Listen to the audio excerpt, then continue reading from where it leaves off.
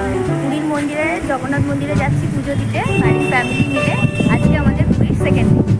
আজকে এই মুহূর্তে আমরা রওনা হচ্ছি পুরীর মন্দিরের জন্য। তো যখন পুরীর মন্দিরে যাবো পুজো দেবো, এখন অপেক্ষায় রয়েছি কখন পৌঁছাই। আমরা এখন যাচ্ছি পুজো দিতে। এই যে আমার ফ্যামিলি সবাই রয়েছে এখানে, সবাই রেডি হয়ে তো নিচে নেমে পড়েছি হোটেলের ওপর থেকে। সবাই এখন মন্দিরে যাচ্ছি পুজো দেওয়ার জন্য, অপেক্ষা করছি টোটো আসার জন্য। সবাই মিলে দুখানা টোটো ঠিক করলাম। টোটো ঠিক করার পর আমরা সবাই ওই দুখানা টোটোর মধ্যে চেপে ওই টোটো করে পুরীর মন্দিরের কাছে রওনা দিলাম। পুরীর মন্দিরের কাছে এসে টোটো থেকে সবাই নামলাম। নামার পর পুরীর মন্দিরের পিছন দিক থেকে একটু সবাই ভিডিও করে নিলাম, কারণ ভেতরে তো ফোন অ্যালাউ নেই, তাই বাইরের থেকেই পুরীর মন্দিরের কিছু ভিডিও আমরা সবাই মিলে তুলে নিলাম। এবার একটু পুরীর চারপাশটা ঘুরে দেখলাম, খুব সুন্দর দৃশ্য, তাই সবাই মিলে পুরীর চারপাশটা ঘুরতে গেলাম।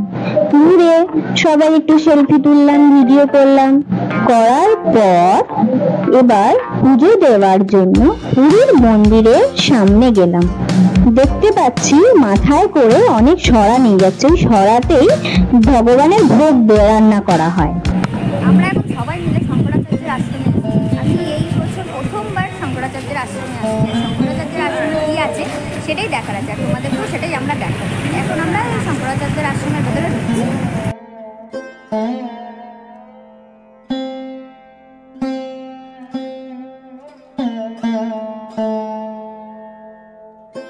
স্বামী শঙ্করাচার্যের আশ্রমের ভেতরে একে একে প্রবেশ করলাম। করার পর দেখলাম এক সাইডে অর্ধনারীশ্বরের মন্দির রয়েছে, তার পাশেই বহু পুরানো একখানা কুয়া রয়েছে। কুয়ার ভেতরটা অনেক গভীর, অনেক তলায় জল ছিল। তার পাশেই শ্রীকৃষ্ণ দেবের মন্দির রয়েছে। সবাই মিলে গেলাম, গিয়ে শ্রীকৃষ্ণ দেবের মন্দিরে একটুখানি প্রণাম করলাম। করার পর ওই মন্দির থেকে বেরিয়ে এলাম। বেরিয়ে আসার পর ওপর দিকে উঠলাম, মেন মন্দিরের ওপরে উঠলাম। ওঠার পর দেখলাম চারপাশটা কি সুন্দর গ্যালারি করা রয়েছে, ওখানে মানুষ বসে থাকতে পারে, কিছু ছবিও তুলতে পারে। কি সুন্দর, মধ্যখানে একটি পুকুরও রয়েছে। তারপরে শঙ্করাচার্যের আশ্রমের ভেতরের যে মেন মন্দির, ওখানে গেলাম, গিয়ে পুজো দিলাম। কিন্তু ওখানকার ছবি তোলা বারণ, তাই ছবি তুলে তোমাদের দেখাতে পারলাম না মন্দিরের ভেতরে কি আছে। এই সেই পুকুরটি, যার চারপাশটায় কি সুন্দর সিঁড়ি দিয়ে গ্যালারি করা রয়েছে। এই পুকুরের চারপাশটায় আমরা একটু ঘুরে দেখলাম, একটু দিদি, আমি, বাবা সবাই মিলে ভিডিও করে নিলাম। তারপরে ওখান থেকে বেরিয়ে হোটেলে চলে এলাম। এখন আমরা সবাই মিলে ব্রেকফাস্ট করতে বসেছি। আমাদের ব্রেকফাস্টে রয়েছে গজা, কচুরি অ্যান্ড চানা মশলা। এটা হচ্ছে এখন আমাদের ব্রেকফাস্ট, তাই সবাই মিলে এখন চটজলদি ব্রেকফাস্টটা করে নিচ্ছি। ব্রেকফাস্ট সারলাম, সেরে সবাই মিলে তৈরি হয়ে সমুদ্রের পাড়ে চলে গেলাম। সমুদ্রের পাড়ে যাওয়ার পরে সবাই খুব মজা করলাম, আনন্দ করলাম। করার পর সমুদ্রের চারপাশটা ঘুরলাম। ঘুরে ঘুরে আমি, মা, বড় মাসি, নমাসি, বাবা, দিদি, জামাইবাবু সবাই সমুদ্রের মধ্যে স্নান করলাম। স্নান টান করে একটু ছবি তুললাম, ভিডিও করলাম, খুব আনন্দ করলাম। করার পর সমুদ্রে কিছুক্ষণ বসে রইলাম। সমুদ্রে কিছুক্ষণ বসে থাকার পর দেখলাম অনেক বড় বড় ঢেউ আসছে। ওই ঢেউগুলো দেখে খুব সুন্দর লাগলো, তাই অনেকক্ষণ বসে বসে ঢেউগুলো দেখলাম। দেখার পর হোটেলের দিকে রওনা দিলাম। তারপর দুপুরে লাঞ্চ করলাম।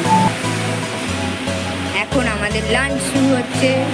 ভাত এসছে, ডাল এসছে, এখন অনেক তরকারি দেওয়া বাকি আছে। এবার লাঞ্চ করতে আমরা শুরু করব। তরকারির মধ্যে ছিল পটল, চিংড়ি, পাবদা মাছ।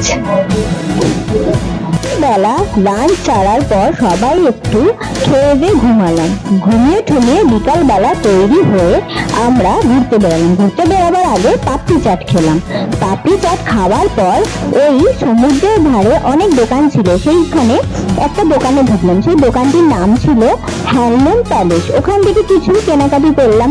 কেনাকাটি করার পর ওই দোকান থেকে বেরোলাম। ওখান থেকে বেরিয়ে আরেকটু এগিয়ে গেলাম। আরেকটু এগিয়ে যাওয়ার পর দেখলাম আরেকটি দোকান। সেই দোকান দোকানটির নাম ছিল হ্যান্ডলুম আর্ট মিউজিয়াম। ওখানে খুব সুন্দর সুন্দর শাড়ি ছিল, জামা ছিল, চাদর ছিল। তাই ওখান থেকেও কিছু জামা নিলাম, তারপরে চাদর নিলাম। চাদর নিয়ে আরো কিছু কেনাকাটির জন্য দোকানে দাঁড়িয়েছিলাম। দোকান থেকে কেনাকাটি করার পর আমরা সবাই আবার হোটেলে যাওয়ার জন্য প্রস্তুত হলাম। তারপরে বেরিয়ে এসে হোটেলে রওনা দিলাম, গিয়ে রাতে ডিনার সারলাম। আমাদের ডিনার শুরু হয়ে গেছে। রুটি, পোস্ত, চিকেন, ডিম এখনো পর্যন্ত আসেনি, আসবে এবার। যদি ভালো লেগে থাকলে লাইক করো, কমেন্ট করো, শেয়ার করো আর পরবর্তী ব্লগের জন্য একটু অপেক্ষা করো। টাটা।